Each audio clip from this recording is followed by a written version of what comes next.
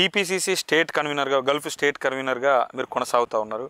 వాస్తవంగా మీరు 2007లో సౌదీకి పోయిన తర్వాత 2018 వరకు సౌదీ అరేబియాలో ఉన్నారు. మీరు గల్ఫ్ కార్మికుల యొక్క కష్ట సుఖాలు తెలుసుకున్నారు. వారి కోసం కొట్లాడితేనే ఆ పార్టీ ఈరోజు మీకు అట్లా అంత పెద్ద పదవిని మీకు అప్పగించింది. సో ఎట్లుంటుంది అన్న గల్ఫ్ కార్మికుల బాధలు ఎట్లా ఉంటాయి సౌదీలో, విదేశాల్లో? చాలా హీనంగా ఉంటాయి. ఎందుకంటే పాపం ఇంటికాడ వాళ్ళు ఏం లేకనే సౌదీ, దుబాయ్ అంటే గల్ఫ్ దేశాలు వెళ్తున్నారు ఇక్కడ నుంచి. ఓకే, మంచిగా చదువుకున్న వాళ్ళు కూడా ఉపాధి లేక అట్లాంటి పద్ధతులు వెళ్తే అక్కడ సరైన జీతాలు లేక, అంటే తక్కువ జీతాలతోటి కుటుంబాన్ని పోషించుకోవాలా, పిల్లల్ని చదివించుకోవాలా, ఇట్లాంటి ఇబ్బందులు. అక్కడ ఎటువంటి ఇబ్బంది అయినా కూడా చెప్పకుండా పాపం వాళ్ళ లోపలనే దాచుకొని కుటుంబానికి తెలిస్తే వాళ్ళు బాధపడతారు, మనం దూరంగా ఉన్నామని చెప్పి ఈ కుటుంబ సభ్యులకు కూడా దూరమై అదొక మనోవేదన, దాన్ని అనుభవిస్తూ వాళ్ళు పడే కష్టం నిజంగా చాలా ఘోరం. కాకపోతే ఏంటంటే ఈ మైగ్రేషన్ అనేది మనం ఆపేది కాదు. ఒక 50 సంవత్సరాలుగా జరుగుతున్నటువంటి ఇది. అంటే మంచిగా ఉన్న వాళ్ళు కూడా ఇంకా ఉన్నతమైన జీవితం కావాలని చెప్పి ముందరికెళ్ళే క్రమంలో ఇవి నడుస్తూ ఉంది. కాకపోతే గల్ఫ్ జీవితాలు అనేటివి చాలా నరకం.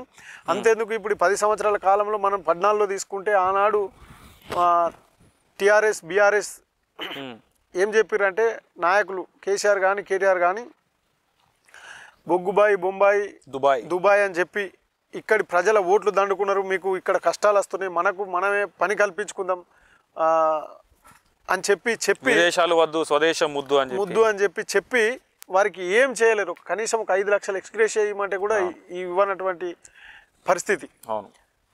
మన నిధులు నీళ్లు నియామకాలు అని చెప్పినప్పుడు బయటకు పోవడం ఎందుకు? అట్లాంటిది సార్ కొంతవరకైనా తగ్గించవచ్చు కదా, అట్లా తగ్గించలేకపోగా ఇప్పుడు అక్కడ ఏదన్నా బాడీ చనిపోతే, డెడ్ బాడీ ఉంటే దాన్ని ఇక్కడికి రప్పించడానికి కూడా సౌదీ నుంచి అయితే ఒక్కొక్కటి 8 నెలల కాలం పట్టినటువంటి మరణించిన తర్వాత అంటే ఇక్కడ వాళ్ళ కుటుంబం ఏ పరిస్థితుల్లో ఉంటుంది చూడండి మీరు. ఆ మధ్యకాలంలో చనిపోయిన నుంచి 8 నెలల కాలంలో ఏంటంటే వాళ్ళ పిల్లలు బడికి వెళ్ళాలి, వీళ్ళు ఒక ఏదో వ్యవసాయ కుటుంబం అయితే వ్యవసాయం చేసుకోవాలి, బయటకు వెళ్ళాలంటే బాడీని అక్కడ పెట్టుకొని వెళ్ళలేని పరిస్థితి. ఇట్లాంటి హీనమైన చాలా దీనమైన పరిస్థితి ఎదుర్కొంటారు ఇక్కడ వాళ్ళ ఫ్యామిలీస్. కాబట్టి వాటి గురించి అప్పటి ప్రభుత్వం ఆలోచించలేదు. ఒక 500 కోట్లతోటి సంక్షేమ బోర్డు పెడతామని చెప్పి, ఎక్స్గ్రేషియా ఇస్తామని చెప్పి ఎలక్షన్లలో మాట తప్పినటువంటి ఆ టిఆర్ఎస్ అప్పుడు అయితే మేము ఈ సర్పంచ్గా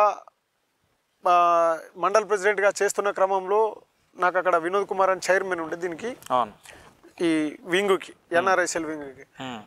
అప్పటికే ఉద్యమాలలో పాల్గొనడం, మనం గల్ఫ్ ఉద్యమాలలో పాల్గొనడం చేయడం ఇవన్నీ చూసి ఆయన నన్ను గల్ఫ్ కన్వీనర్గా రేవంత్ రెడ్డి గారి దగ్గర తీసుకుపోయి అపాయింట్ లెటర్ ఇప్పించిన తర్వాత చాలా ఉద్యమాలు చేసినాం. ఎయిర్పోర్ట్ పోయి శవాల్ని తేవడం, గన్ పార్క్ దగ్గర ఒక రోజు అయితే గన్ పార్క్ దగ్గర పెట్టి నిరసన, డెడ్ బాడీని పెట్టి చేస్తారు, అప్పుడు చేసినాం.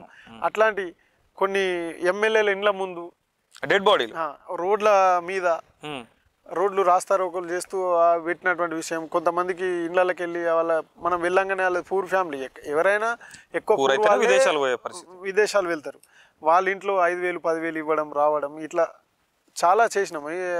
కానీ ఎంత చేసినా మనం చేస్తే ఏమవుతుంది, ప్రభుత్వాలు చేయాలి. అయితే ఇట్లా పోరాడుతూ పాదయాత్ర చేసిండు మన రేవంత్ రెడ్డి గారు ప్రతిపక్షంలో ఉన్నప్పుడు.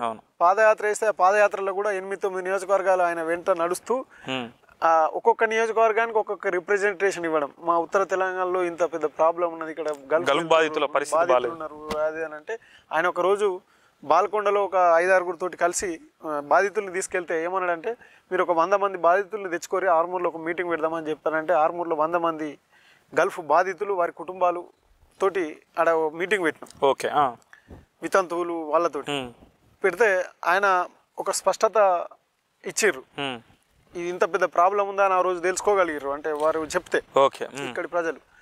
దాని ద్వారా తర్వాత ఆయన అధికారంలోకి వచ్చినాక చేయాలని ఒక తపనతోటి ఉన్నాడు.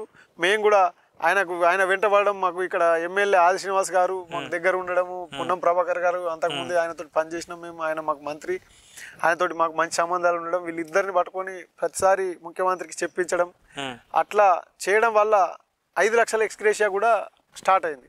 ఓకే, రేవంత్ రెడ్డి గారి ఆధ్వర్యంలో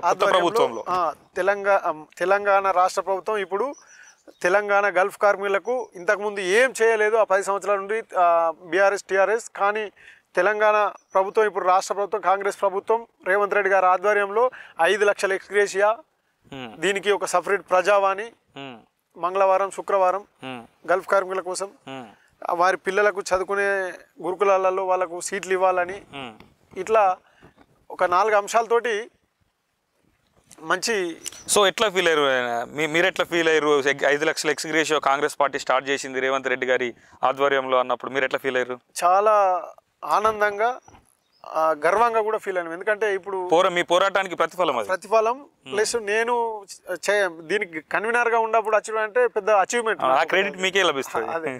అది కూడా ఆయన రేవంత్ రెడ్డి గారిని కూడా చాలా సార్లు 5 సార్లు ముఖ్యమంత్రి అయినా కూడా కలవడం, వారికి చెప్పడం, వివరించడం, ఇది మనకు తప్పకుండా చేయాలన్నప్పుడు ఆయన ఎంపీ ఎలక్షన్ల కంటే ముందు వారు ఏం చెప్పారంటే, మీరు గల్ఫ్ కార్మికులు ఉంటారు వారి కోసం పనిచేస్తున్న సంస్థలని ప్రతినిధులు ఉన్నారు, ఆ సంస్థలకు వారిని ఏమన్నా తెప్పించేది ఉంటే తెప్పండి, ఒక మీటింగ్ పెడదామని చెప్పానంటే తాజ్ డెక్కన్ హోటల్లో ఏప్రిల్ 16 నాడు పెద్ద ఎత్తున ఒక మీటింగ్ పెట్టి ఒక 60 మంది ప్రతినిధుల్ని బయట దేశాల నుంచి తెప్పిస్తే వారు వచ్చిర్రు.